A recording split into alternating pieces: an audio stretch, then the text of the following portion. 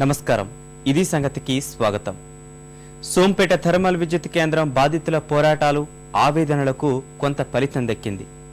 బీల భూముల్లో నిర్మాణాలు కూడదన్న నిబంధనలు తొంగలో తొక్కి మరీ అన్యాయంగా అనుమతులిచ్చిన ప్రభుత్వ నిర్ణయం తప్పనే తేలింది. సోంపేట ప్రాంతంలో విద్యుత్ కేంద్రం నిర్మాణానికి జాతీయ పర్యావరణ ప్రత్యేక న్యాయస్థానం అనుమతులు నిలిపివేయడం ఊరట కలిగించే అంశం. విధ్వంసకర అభివృద్ధికి, సామాన్యులు జీవించే హక్కుకి మధ్య జరిగిన పోరాటంలో ప్రస్తుత ఫలితం జనం వైపే ఉన్నా ఇంకా అనుమానాలు ఉన్నాయి. ఆది నుంచి వివాదాల సుడులు, స్థానికుల బలిదానాల మధ్య సోంపేట ప్రాజెక్ట్ చర్చనీయాంశమైంది. ఇప్పటికీ జనం భయాలు తొలగిపోలేదు. కారణాలెన్నో. మళ్లీ ప్రజాభిప్రాయాలు సేకరించాలని గ్రీన్ ట్రిబ్యునల్ చెప్తున్నా ఆ ప్రక్రియ సజావుగా జరుగుతోందా లేదా అన్న అనుమానాలు మాత్రం వేయడం లేదు.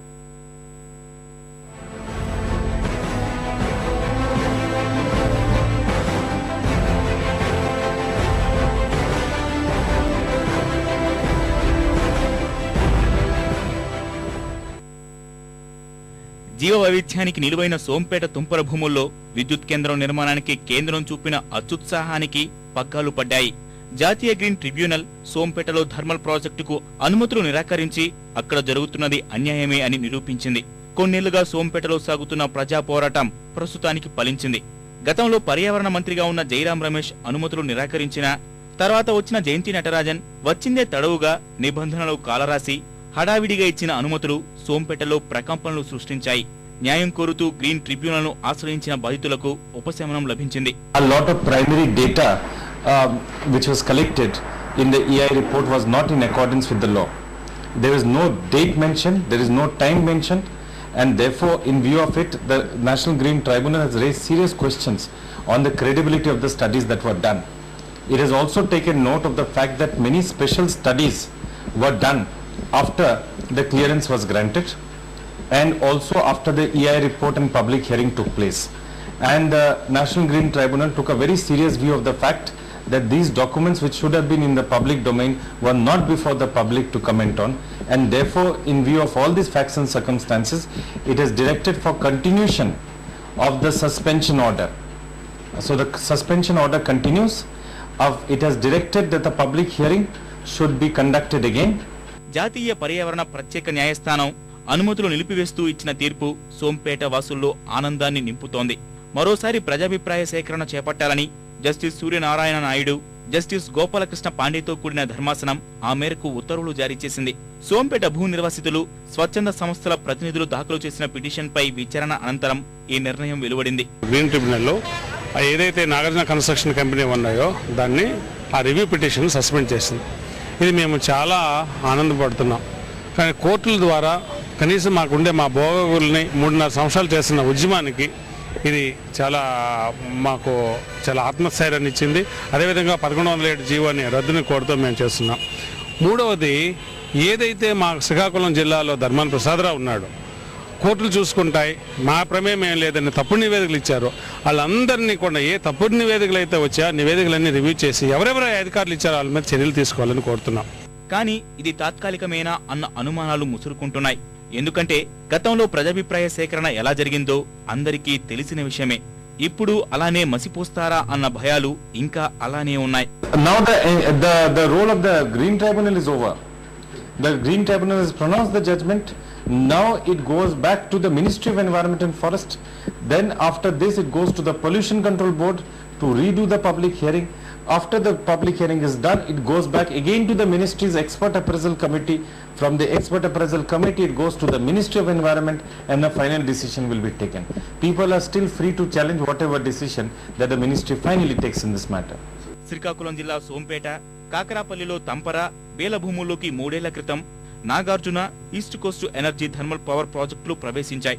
పర్యావరణ పరంగా అత్యంత ప్రాధాన్యం కలిగిన చిత్తడి, బీల, తంపర నేలల్లో ఎలాంటి నిర్మాణాలకైనా అనుమతి లేదు. కానీ ఆ నిబంధనలకు తూట్లు పడ్డాయి, ఫైళ్లు కదిలాయి, అనుమతులు వేగంగానే వచ్చేశాయి. జనంగోడు పట్టించుకున్న వారే కరువయ్యారు.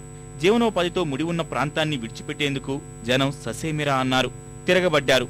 పోలీసు లాఠీ దెబ్బలు తిన్నారు, తుపాకీ గుళ్లకు బలయ్యారు. ప్రజలు తమ ప్రాణాలు పణంగా పెట్టి ప్రాజెక్టు నిర్మాణాన్ని తాత్కాలికంగా నిలిపివేయించారు. జైరాం రమేష్ గారే ఆయన ప్రభుత్వ వేదికల మీద, ప్రైవేటు వేదికల మీద ఈ ప్లాంట్లు నెలకొల్పొద్దని సోంపేట, కాకరాపల్లిలకి ఆయన ఘంటాపథంగా చెప్తూ అనేక కమిటీలను పంపించి ఆ కమిటీలతో అధ్యయనాలు చేయించి ఆ అధ్యయనాల రిపోర్టులు తీసుకున్న తర్వాత ఆయన మళ్ళీ సోనియా గాంధీ దగ్గర కూడా ఈ ప్లాంట్ల కోసం చెప్పి ఈ ప్లాంట్లు రద్దు చేయమని రద్దుపరిచే ఏర్పాటు కూడా ఆయన చేశారు.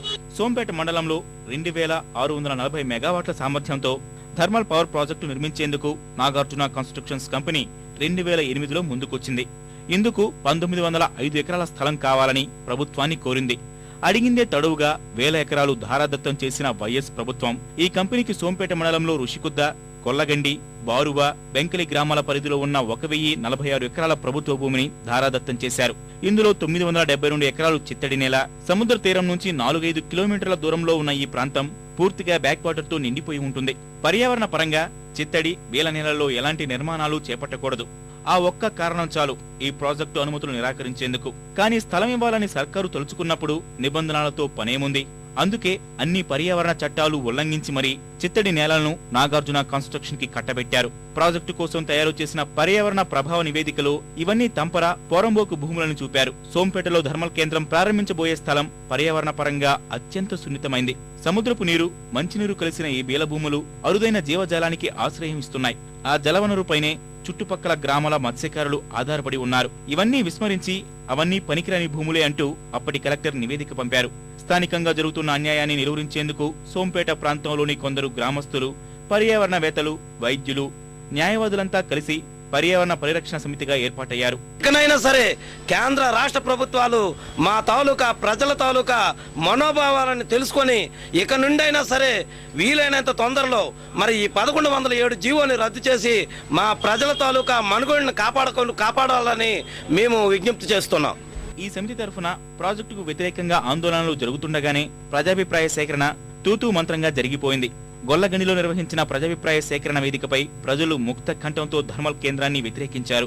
అక్కడ ఉన్నటువంటిది స్వభావ సిద్ధమైనటువంటి వాటర్ బాడీ, చిత్తడి నేలలు. మీరు మసిపూసి మారేడుకాయ చేసే విధంగా తప్పుడు రిపోర్టులు తీసుకెళ్లి government minister of environment, forest డిపార్ట్మెంట్కి సబ్మిట్ చేసి వాళ్ళు ఇప్పుడున్నటువంటి ర్యాంపెంట్ కరప్షన్ మూలంగా ఎన్విరాన్మెంట్ క్లియరెన్స్ తెచ్చుకున్నారు. కానీ అది తప్పుడు నివేదికల ద్వారా తెప్పించుకున్నారు. కాబట్టి మాకైతే గట్టి నమ్మకం ఉంది. గవర్నమెంట్ తర్వాత చేసినటువంటి కొన్ని కమిటీలు కూడాను మాకు అనుకూలంగానే అవి ఇవ్వడం జరిగింది.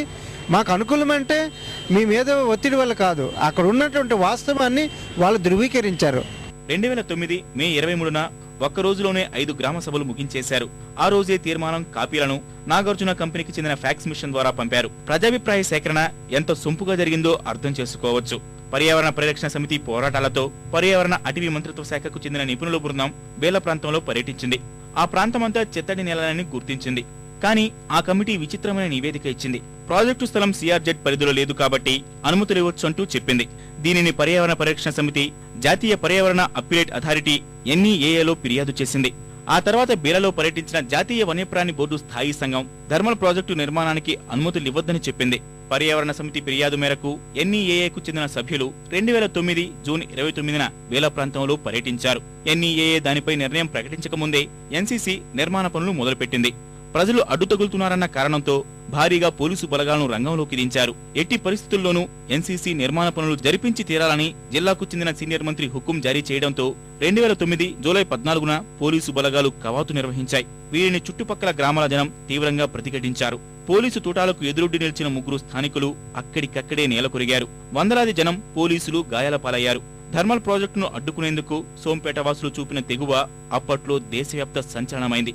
ఆ మరుసటి రోజే NCCకి ఇచ్చిన పర్యావరణ అనుమతిని రద్దు చేస్తున్నట్లు NEA ప్రకటించింది. ప్రాజెక్టు స్థలంలో కొంత సిఆర్జెడ్ పరిధిలో ఉందని, దీనిపై మొత్తం సర్వే చేయాలని ప్రకటించింది. అప్పటి నుంచి ఇప్పటి వరకు కూడా సోంపేట ఆందోళనలు నిరంతరం కొనసాగుతూనే ఉన్నాయి. ఇది మా ప్రాణానికి సంబంధించిన సమస్య. ఇక్కడ 2,50,000 మంది ప్రజల ప్రాణాలకు సంబంధించిన సమస్య. కాబట్టి ఈ జీవో ఏదైతే గ్రీన్ ట్రిబ్యునల్ ఇచ్చినటువంటి జీవోని అనుసరించి 1107 జీవోని రద్దు చేయాల్సిందిగా మేము కోరుతున్నాం. అనుమతులు నిరాకరించిన కొన్నాళ్లకే కేంద్ర ప్రభుత్వం మళ్లీ మొదటికొచ్చింది. పర్యావరణ మంత్రిగా జయంతి నటరాజన్ ప్రమాణ స్వీకారం చేసిన వెంటనే సోంపేట థర్మల్ విద్యుత్ కేంద్రానికి మళ్లీ అనుమతులిచ్చారు.